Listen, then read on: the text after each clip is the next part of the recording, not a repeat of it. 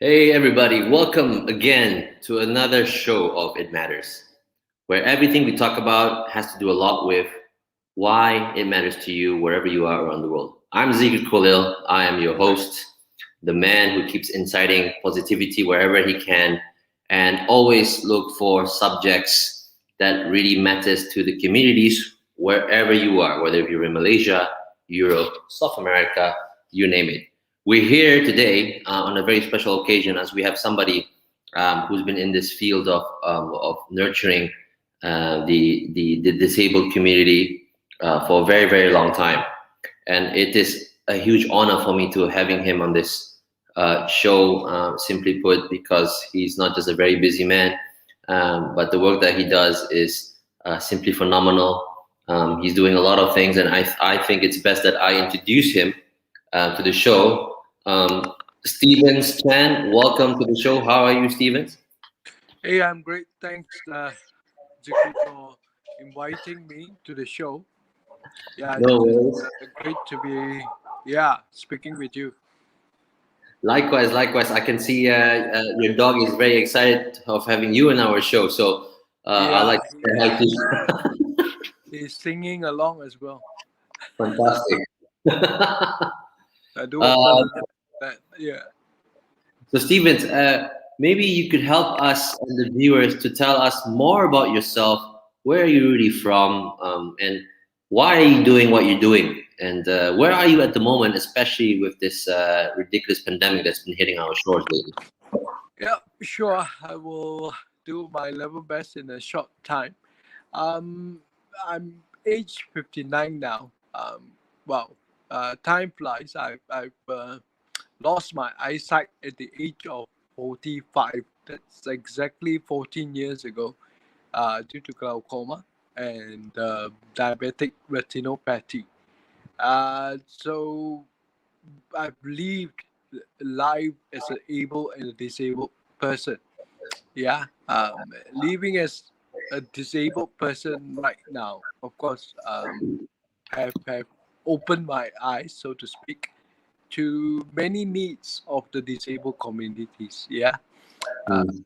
something which I personally took granted for way back when I was able. I was running my own business, too busy to care for anything else, especially about the community. Yeah. And thank God, when I slowly began to climb back out of my darkness, I soon founded the Malaysian Glaucoma Society, and it was during those time when I was serving the patients with glaucoma, which included babies and children and young families. And I Mm. was just looking at it. What if the current landscape for the disabled, inequalities in education and economic enabling opportunities doesn't change? Yeah. What would their future be like? Forever be trapped in uh, charity mindset, by people. They have to depend on the welfare, goodwill of others, government, to survive. But that shouldn't be right. I mean, Absolutely. with so much technology that's going on right now, it's amazing that even now I can be talking to you live with my iPhone. So yeah, technology can help in a way to bridge the gap, and that's what we are working on. Hopefully, with technology, coupled with the experience I had before as an entrepreneur, just youth more educated and economically enabled youths, children, and adults with all forms of disabilities. Yeah, that's That's it in it. a nutshell. Well, thank you so much for sharing um, Sorry. that part of your story. And of course, I already knew part of it, but it is quite heartwarming to know that you're going through such amount of changes, especially when you started to lose your eyesight, and looking at where things are now, even before the pandemic happened, I think dining in the dark was one of the biggest phenomenons that has happened to many Malaysians who know about it. And of course, it's not just in Malaysia; it's globally. But at the same time, having said that, the current situation as of now, I mean, we know we're in a full lockdown, and we've been like this for almost a year and a half almost. And I'm just curious to understand what was the transformation that was, sorry, that's not the right word. What was the pivoting that was needed for you, which is that you had to do? I mean, and knowing that you can't have any more people go to your place. But as I understand it, there you did manage to pivot something, and it's slowly going back to its glorious road. So, could you fill us in more on that? Well, thanks for asking that. Yes, it's been quite a journey for us all. Our dialogue in the dark partners. It's literally closed down almost all the 45 locations globally. Yeah, including us. But uh, thankfully, we've been, I don't know whether you call it God's grace or whatsoever. We have been preparing. It seems that we have been preparing for situation like that a couple of years back when we were running our academy with a lot of our teaching and coaching the disabled group on technology accessibility. So when the COVID came, like forced us to close down our main source of revenue, which is the dialogue in the dark, and also other training programs plus events like dining, it hit us, not only us but all our other partners globally, very bad. No more revenue, and we had to depend on grants, which was never our main intention because we are a social enterprise, and in a way I had to pivot. We pivot fast, and even though some of us tried online workshops, but for me, I don't think that causes the impact. Dialogue in the dark is a face-to-face experience. It's an impactful experience. You Yeah, can't duplicate that on a virtual. But yeah, instead, what we did was we pivoted. We continued our online education program, which was in collaboration with one of with our country's, in fact, largest education publisher, Saspadi, to provide virtual online tuition and education mm, to not only the blind but also the deaf and lame students, so they don't have to just depend on braille or other accessible learning. With technology they can just learn. So we expanded on that. We got some government support, agency support from that. And then we also went into cloud kitchen because some of our learning programs back then was in making cafe barista, yeah. and some of them were taught to prepare food by my beloved wife. So we quickly pivoted, and thanks to partners like Grab, Magic, and Yasana Sana, and also some corporate players came along, Kananga, and the Spark Foundation. And yeah, we started running our cloud kitchen since the early part of this year to sustain us until the COVID is gone and everybody is safe to come out and play again. And that's when we will reopen dialogue in the dark. But for now, our cloud kitchen is our main sustaining revenue. We are pivoting to that. Our team comes by and yeah, prepares the food. Yes, that's what we've been doing for now. Is there a Instagram handle that I can share about your new dialogue in the dark cafe, if I'm not mistaken. Is that what it's called? Sorry, the line was cracking. Oh, no, I was sorry. I was asking, what is there an Instagram handle for your dialogue in the dark cafe that I could share, perhaps? Because I think it's very good to know that this place has become something more of a cafe delivery, if I'm not mistaken, correct? Yeah, but I still can't hear you. Your line is Oh, okay. cracking. Can you hear me now? Hello, Whether Stevens. it's my line or hello. You can hear me clear? Yeah, I can hear you clearly. Can you hear me?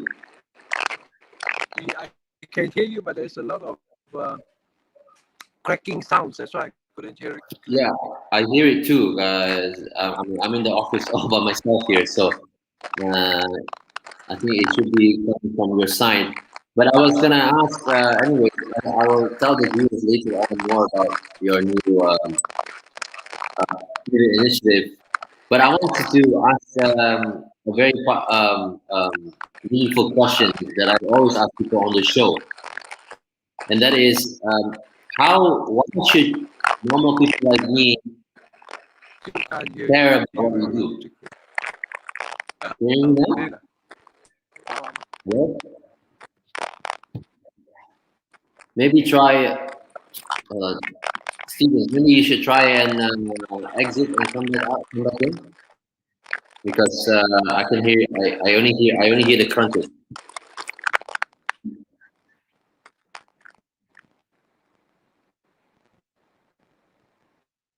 Can you hear me now? I can hear you, but it's still a lot of cracking noise. Yes, I Like hear your that voice too. is weird. Yeah. I mean, from my side, I only hear your voice getting all the crackles. Mm. What in the hell is that? Because Should maybe try leave the studio and come back in? sorry, Oh, now you come sound back in better now. again. Yeah, Okay. try. Let's try. Yep.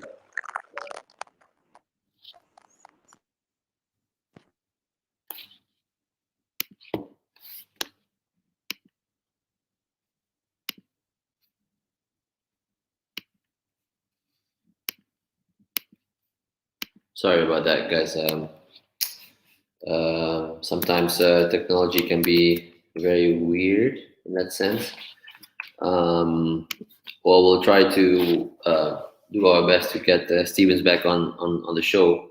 In the meantime, this is just one of the many examples that we can share with all of you viewers of how many social enterprises, at least in this country, have been going through a process of understanding what's the real need here, especially for their survival, and knowing the fact that it's been quite a very tough journey from the beginning, and now we're going into our second year of this pandemic in Malaysia, and to be honest, there's still a lot of room to be improved. There's a lot of course, it's all about survival of the fittest. We have seen many NGOs and nonprofits here who have just had to stop their operation completely. And those who were very lucky, most of them actually pivoted. And those who thrived, and just like what Stevens was saying, he managed to look ways to be more known and taking advantage of the whole digital notion. So he did what he could to digitize everything. And as a man who only has gone blind, unfortunately, 14 years ago, it's a pretty heartbreaking to see the amount of work that he and his team has been putting on. And I think Steven's back here, so let's bring Stevens. Hi, Steven. Hey, hi. Yeah, now Oh, you this is so much better. use the laptop. So yeah. Thank you, Steven's helper. I'm not sure who you are, but thank you for your. Yeah. Yeah, so I was gonna ask a question. What is the Instagram handle for the new dialogue in the Duck Cafe, so that we could share it for you. Uh, Come again. Sorry, secret the question. The Instagram for your dialogue in the Dark Cafe. Yeah. Perhaps you could share that, and we could definitely share it with our viewers. Oh yeah. Well, our cloud kitchen, our cafe, we are Yes. now is our only source of revenue Okay. That's because we fine. have to close down about dialogue in the dark experience center during the lockdown. Yeah, Okay. and so what we are doing is our team, a few of them, the visually impaired and the physically impaired uh, Yeah. trainees. Uh, they are working together, supervised by my wife, to prepare food. Simple food, pastries, coffee, tea, and we are promoting it through Grab. Okay. Grab Prepare includes, and that's why we look forward to corporates, to the public to order the food from our kitchen. Okay. Yeah, they could help sustain us, and at the same time, we work with corporates also to do food aid programs. So they purchase the food items from our cafe, and then the food item is then with the assistance from Grab sent to the relevant beneficiaries of other communities with the food from our kitchen. Fantastic. I mean, of course, this is. I was just explaining while you were figuring out your getting back online. I was just explaining to the viewers, the phases that you went through is probably roughly the same with any other nonprofits or social businesses out there who are Yeah, going yeah, through really rough times at the moment. yeah, So I wanted to ask you this pressing questions, which is very much related to those who are watching. yeah, Now, why would someone um, who is an ordinary person and is not really being impacted by this pandemic in this case, or is not in the same shoes as you, why does that person, why do they have to care about this? Like, why do they need to know all these things? And I was hoping you could explain it to them how this does somewhat trickle them in the long run. How is this affecting them? So that's my question, Stevens. What would you say to that? Well, I look at it this way, Jeffrey. COVID is teaching humanity a very big lesson, and it would be really gone to waste, shall I put it that way, if we don't learn something from that. And I think hope, building hope is so important in our society right now. Prior to COVID, almost everyone is so busy with activities, work, school, that hardly do we have time for family, for personal bonding, relationship bonding.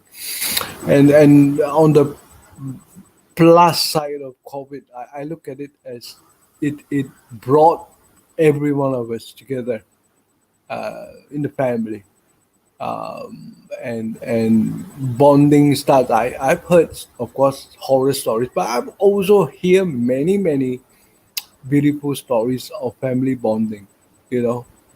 Friends become closer, talking, and that's how I see what humanity should be. It's always about hope. It's always about humanity, and us being around, and we, even the disabled group, are doing whatever we can, you know, to be resilient during this time, or not even during COVID as well. Uh, if we don't give up, nobody should give up. And I believe every Malaysian, yeah, or international citizen, should join hands together in this time to really talk about generating impact through building hope and help each other. Yeah, instead of dividing each other. This is the time now. And not just for us as a organization helping the disabled, but there's so many other social organizations out there. So that little money or whatever you are contributing, your time, makes a lot of difference for someone who is currently lost out there, don't see any hope.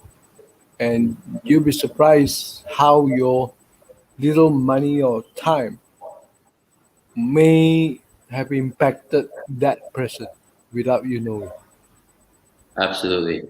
Well said, Stevens. I think that really moved me for the pleasant reminder that you're putting out there. I think although there are many negative connotation to how people are reflecting their current livelihoods due to the pandemic, but I think what you just said there is more of a humanity's reminder, on not to forget the little things that we should have been doing more often is now being Yeah, more important at this time. And because of that virtue you just shared, which well, I mean, I'm getting a bit of goosebumps from that. But I was going to ask you: is there a specific message that you like to tell anyone out there who are resonated with what you just shared? Anything that could help them, or anything of of of inspirational message that you could put out there so that they can still keep not just hope but believing the fact that there are always ways to get out of it, just as much as you had to go through, and hopefully give them some more mental fitness so that they can keep thriving and keep sharing the message of hope and positivity. Do you have any message you'd like to share? yeah. Well, life is a journey. So, in the words of Sir Winston Churchill, never, never, never give up. Giving hope, and fighting uh, your journey. Never, ever give up. Wow, I didn't know Mr. Churchill said that, but Yeah, um, thank you so much for that, Stevens. And with that, I will have to conclude our conversation.